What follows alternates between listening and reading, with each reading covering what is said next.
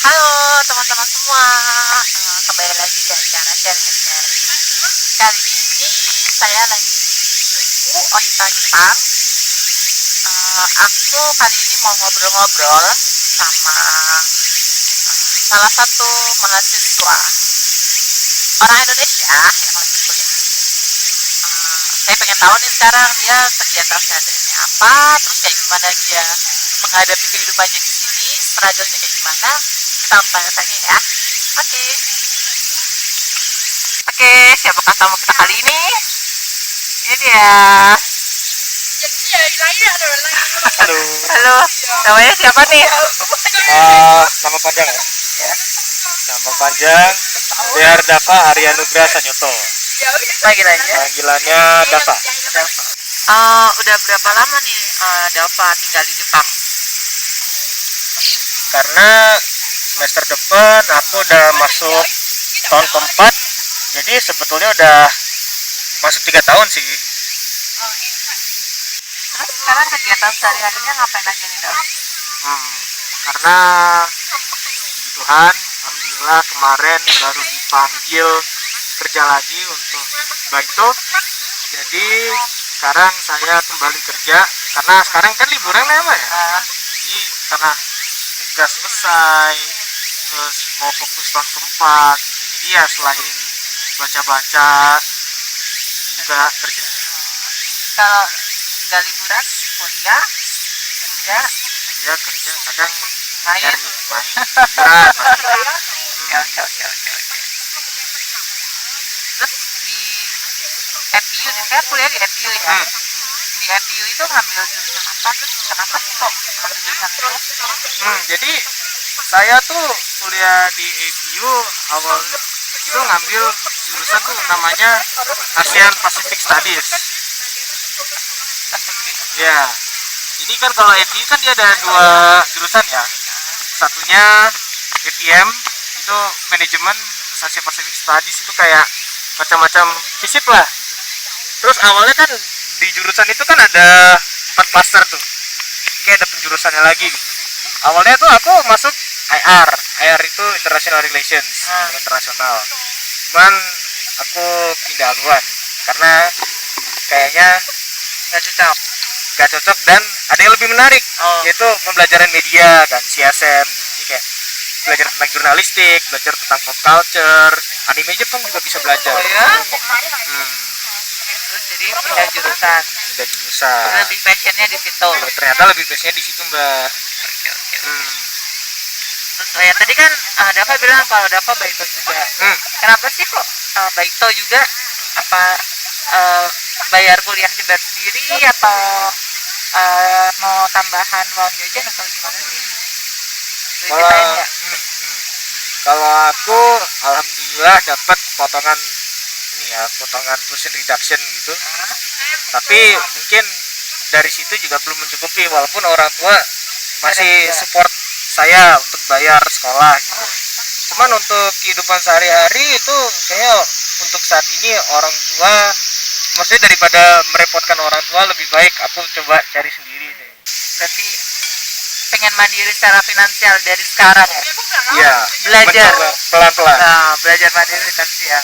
Ada banyak temanku yang kayak tuition reduction-nya juga dapat gitu, cuman bayar sekolah juga tetap sendiri gitu. Oh ya? Dan kayak gitu itu lebih hebat sih. Temenku banyak yang kayak gitu. Banyak struggle juga di sini ya? Bayar sekolah sendiri. Terus gimana sih cara bagi waktu antara kuliah sama Baito saat kuliah berjalan? Oh, kalau saat kuliah berjalan ya, Mbak? Karena kalau di Jepang itu kan ada batas buat orang kayak residen luar negeri seperti saya ini. Kalau Baito itu kan mesti maksimal 24 jam per minggu. Jadi dari situ aku rasa 28 jam per minggu itu udah waktu yang seimbang untuk Baito dalam 1 minggu. Soalnya sisanya akan dipakai buat belajar, buat refreshing, buat makan, tidur. Dan itu menurutku udah pas sih, kayak pemerintah Jepang udah memberi kami izin untuk kerja gitu, walaupun kayak cuma dikasih 28 jam per jam per hari, 28 jam per minggu. Berarti apa namanya, waktu 28 jam per minggu itu udah waktu yang sangat ideal untuk mahasiswa ngambil kerja sekalian dengan belajar gitu ya. Betul sekali, Mbak. Terus target lulus kapan nih rencana? Ya tepat waktu, Tahun depan ya? tahun depan, ya tahun depan. Tahun depan dari sekarang Yakin tahun depan ya? harus bisa, karena udah masuk bab 3 gitu. Kalau misalkan di ACC tinggal riset aja, tinggal Berarti mulai dari sekarang udah bikin apa, skripsinya gitu ya? ya. Kalau dosenku itu dia nyuruh aku bikin skripsi justru dari tahun lalu. Tapi pelan-pelan gitu, jadi kayak tinggal baca-baca gitu, bikin literature review, terus bikin introduction, terus mikirin kayak teori sama metodologinya kayak gimana gitu. Kalau di luar negeri gini, kalau kayak di Jepang gini, metode skripsinya kayak gimana? Apa sama kayak di Indonesia yang harus membuat apa namanya, tulisan gitu, atau ada yang lain gitu?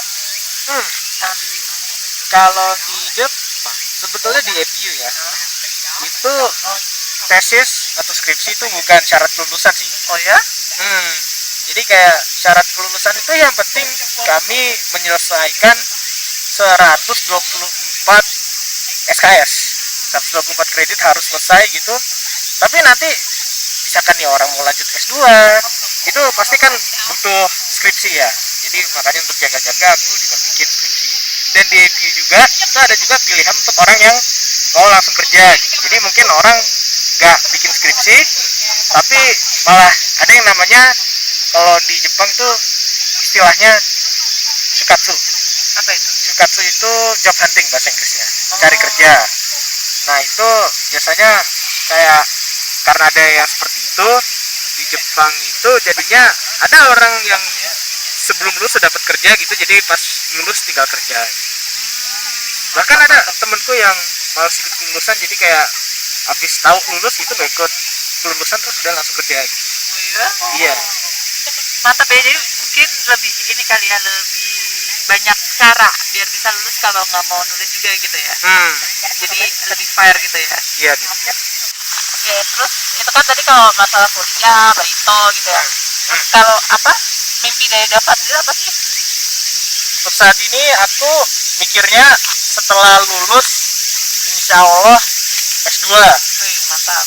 Jadi kayak untuk saat ini aku coba seriusin tesis biar bisa nggak cuma keterima di kampus ini. Belum nyebutin kampusnya nggak, Pak? Boleh. Jadi kayak aku lagi ngejar untuk masuk Tokyo University. Doain ya guys. Ya, kalau di situ ada author favoritku, nanti aku lupa nama authornya. Ya nanti pokoknya kalau misalkan udah dapat informasinya gitu, nanti aku masuk. Nanti ada di sini nama autornya ya. Oke. Ya, terus ya gitu. Berarti sekarang mimpinya mau lulus, target lulus, terus mau lanjut S2. Lanjut S2 Tokyo University.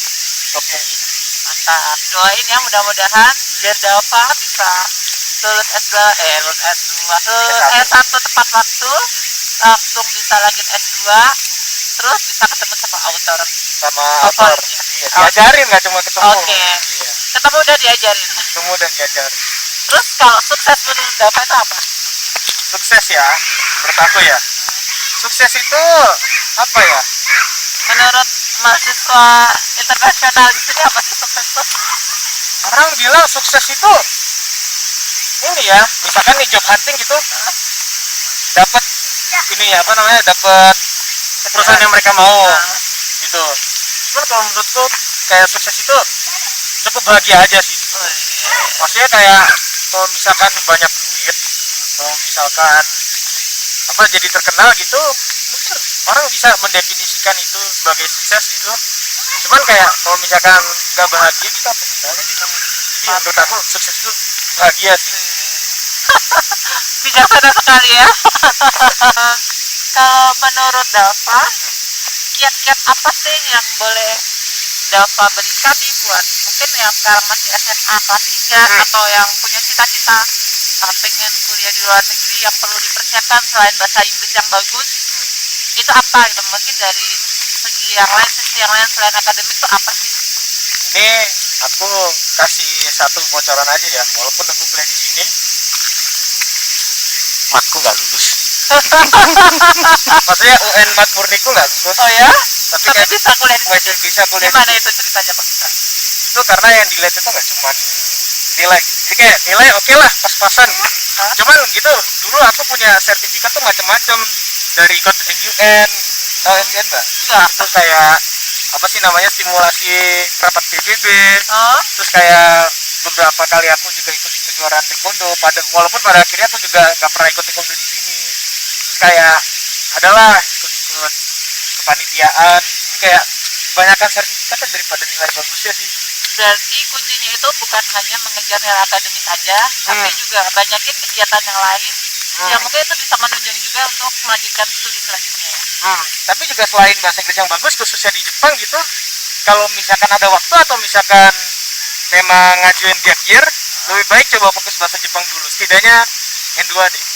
Atau kalau kuliah pakai bahasa Inggris N3. Kenapa? Karena kalau misalkan N3 udah bisa N3 di sini, udah bisa survive. Tapi kalau misalkan mau kuliah pakai bahasa Jepang N2, itu udah cukup buat kuliah di Jepang pakai bahasa Jepang. Oh, udah cukup banget itu ya. Iya.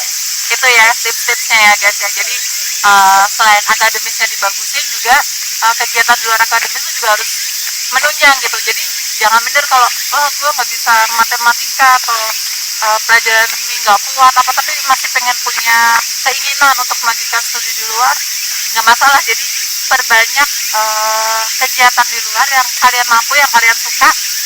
Siapa tuh seperti di Delta ini, dia bilang math-nya nggak lulus, tapi ternyata dia bisa S1 di FIU, bahkan mau lanjut S2 di Tokyo, Jepang. Mantap sekali bukan? Oke, kalau gitu sampai di sini dulu sharing episode kali ini. Nanti selanjutnya kita, siapa tahu kita mau bikin video lagi nanti next time. Jadi kita sampai sini dulu, oke? Terima kasih. Thank you, dear Dava. 君ならできる